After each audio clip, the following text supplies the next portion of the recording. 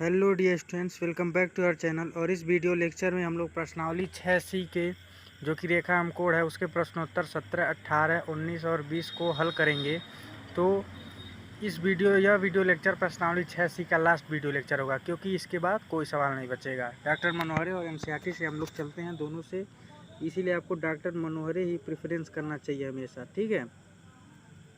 तो आप देख सकते हैं जो क्वेश्चन नंबर 17 है उसमें कह रहा है चित्र में ए बी समांतर सी डी है। अच्छा जी, ए बी जो है समांतर है सी डी के, ये ए बी है, ये सी डी है, ठीक है, दोनों समांतर है आपस में। तो और ई एफ लंब सी डी है, ई एफ जो है सी एफ पर लंब है, उसका मान 126 है। ई एफ जो है ई एफ लंब सी डी है, ठीक है। और कोण जी ई डी बराबर 126 अंश। कोण जी ई देखिएगा, जी ई डी बराबर, ये पूरा बन रहा है, ठीक। तो इसका मान 126 अंश दिया हुआ है। कितना है? 126 अंश, ये पूरे का मान, ठीक है। तो आपको पता है अगर ये दो रेखाएं जो हैं समांतर, अगर ये कोण 126 अंश का है तो ये कोण भी 126 अंश का होगा, ठीक है। तो आपको यहाँ इस चित्र में मैंने इसीलिए पहले से बना दिया है, ठीक है। मेरे जो चित्र है वो आंसर के रूप में इस्तेमाल करिएगा, आप लोग कभी भी इस्तेमाल करिएगा तो, ठीक है। क्योंकि मैं अपने चित्र में कुछ एक्स्ट्रा चीज़ें भी ऐड करता हूँ जिससे क्वेश्चन को आसानी से हल कर सकते हैं, टीचर को दिखा सकते हैं कि हमारा चित्र के माध्यम से आप क्वेश्चन को देखकर हमारा आंसर आप सही समझिए। कोण जी ई डी बराबर 126 अंश दिया है, ए बी समांतर सी डी है और ई एफ लंब सी डी है, ठीक है। तो देखिए कोण जी ई एफ यानी ये कोण, ये यहाँ से यहाँ तक, ठीक, और एफ ई डी बराबर होगा कोण जी ई डी के। कैसे होगा? क्योंकि ये दोनों कोण मिलाकर ही ना तो जी ई डी बन रहा है। तो एफ ई डी जो कि लंब है तो इसका मान एफ ये लंब है तो इसका मान कितना हो जाएगा? इसका मान आपका 90 डिग्री हो जाएगा। ये इतना, बस यहाँ से यहाँ तक लंब है तो 90 अंश। तो जी ई एफ बराबर ये क्या, इस कोण का मान कितना हो जाएगा? 126 में से 90 जब घटाएंगे तो 36 अंश आएगा। अच्छा जी, तो हमको जी ई एफ का मान पूछा था तो हमने एक चीज़ का मान निकाल दिया। अब बचे दो चीज़, एफ जी ई और ए जी ई। तो चलिए हम लोग ए जी ई की तरफ चलते हैं। ए ई जी बराबर किसके होगा? जी ई डी के। ए जी ई बराबर जी ई डी, कैसे? एकांतर कोण से। तो ए जी ई का मान 126 अंश। अभी तक हम लोग दो आंसर ला चुके हैं, ए जी ई का और जी ई एफ का, ठीक है।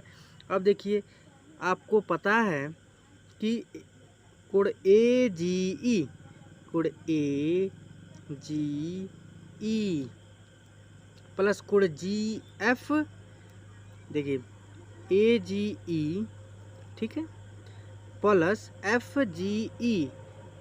जी ई यानी ये कोण।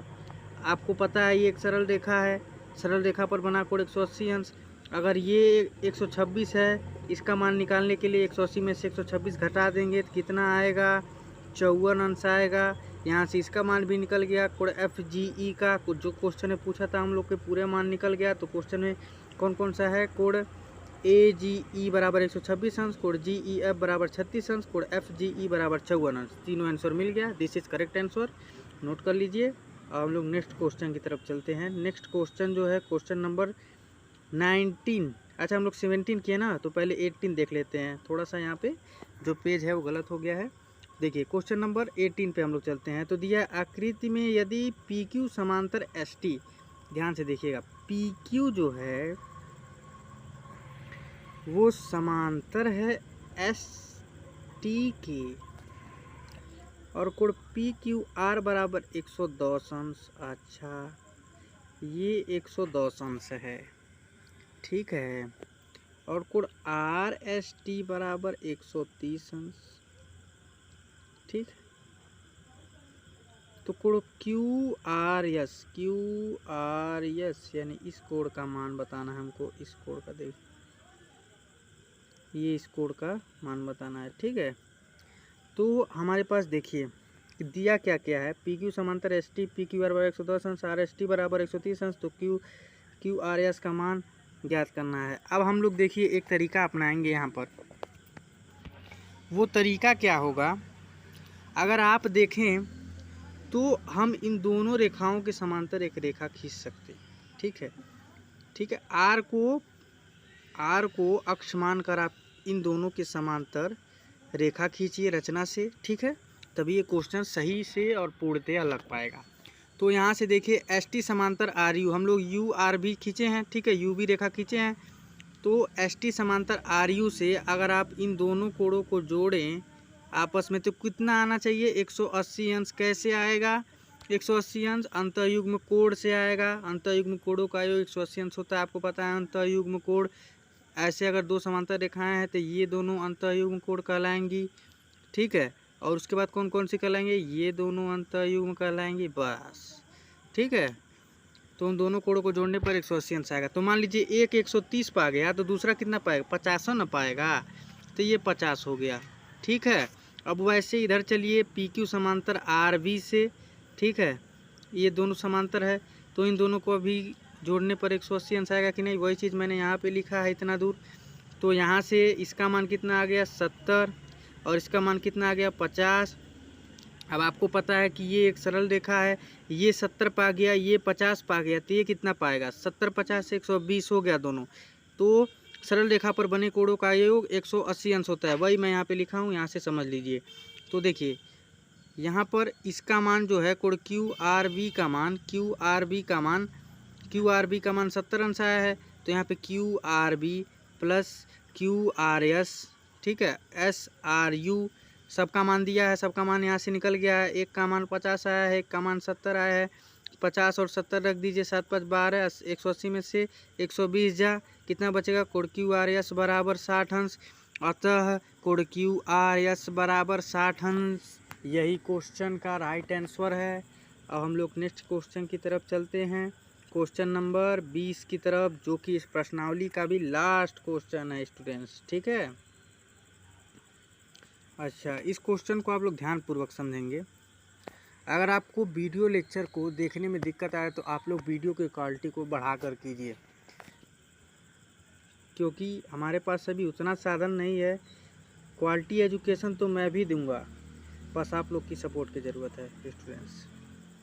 आकृति में पी क्यू और आर एस दो दर्पण हैं। अच्छा जी, जब दर्पण की बात आ गई, यानी ऐसे ऐसे कर लीजिएगा, दर्पण में एक तरफ कलई होता है। ठीक है, पी क्यू और आर एस दर्पण हैं। दर्पण का मतलब शीशा। आप यहाँ चंगू मंगू खड़े होते हैं, मान लीजिए यहाँ पे खड़े होते हैं चंगू मंगू, शीशा में देखते हैं कैसे लग रहे हैं, हैंडसम लग रहे हैं, बढ़िया लग रहे हैं, हाँ? ये सब देखते हैं कि नहीं? तो आप देखते हैं तो फिर वापस आ जाता है। देखिए आपकी आँख से आपने शीशे को देखा, शीशे ने आपको क्या दिखाया? तेरा चेहरा दिखाया, हाँ? तो शीशा में क्या हुआ? परावर्तन हुआ। यानी आप ये खड़े हैं, आपके आँख से यहाँ गया, फिर ऐसे होगा, फिर यानी आप ही के पास आएगा कुल मिला के। ठीक है, ऐसे गया, ऐसे आएगा आपके पास। ठीक है, तो देखिए तिर्यक रेखा बन रही है और समांतर रेखा भी बन रही है। ठीक है, उसी कॉन्सेप्ट को एक क्वेश्चन दिया है, ये पोथी पढ़ते चलिए, जो एक दूसरे के समांतर रखे गए हैं। अच्छा जी, एक आपतन किरण ए बी दर्पण पी क्यू पे बी पर टकराती है। अच्छा जी, यहाँ से जा रहे बी पर टकरा गई, और परावर्तित किरण बी सी से चलकर दर्पण आर से सी पर आती है। अच्छा जी, दर्पण आर एस पे सी पर आती है, यहाँ तक आ गई, पुनः सी डी अपवर्तित हो जाती है, परावर्तित हो जाती है, अपवर्तित नहीं, आपतित अपवर्तित लेंस में होता है। तो सिद्ध क्या करना है? ए बी समांतर सी डी होगा। अच्छा जी, ये दे दिया है, ए बी समांतर सी डी सिद्ध करना है। ठीक है, हम लोग क्या करेंगे, देखिए हम लोग क्वेश्चन कैसे लगाए हुए हैं। तो रचना करना है, देखिए सिद्ध हमको यही करना है, ए बी समांतर सी डी। तो अब यहाँ से देखिए क्या करें, बी से एक लंब खींचा जो भुजा पी क्यू पर, ठीक है, पी क्यू पर है, बी से एक लंब खींचा जो यही वाला खींचा। ठीक है, समझिए। अतः यह कोण ए बी सी को दो बराबर भागों में बांटेगा अगर लंब खींचेंगे तो। ठीक है, दो बराबर भागों में बांट दिया। अच्छा जी, माना कोण ए बी ई हम लोग इस कोण को एक मान लिए हैं, कोण दो मान लिए। आप लोग को कोण का नाम लिखने आता होगा, हम ये मान के चल रहे हैं। ठीक है, इसीलिए हम पहले इन छोटे छोटे में कर दिए हैं ताकि समझने में आसानी हो। इसको कोण एक माने हैं, इसको कोण दो माने हैं, इसको कोण तीन माने, इसको कोण चार माने हैं। ठीक है। इसी प्रकार से इस पर भी एक लंब खींचा गया, आर एस पर लंब एफ सी खींचा गया है, ठीक है। तो जो कि 2 बराबर भागों में बांटेगा, ठीक।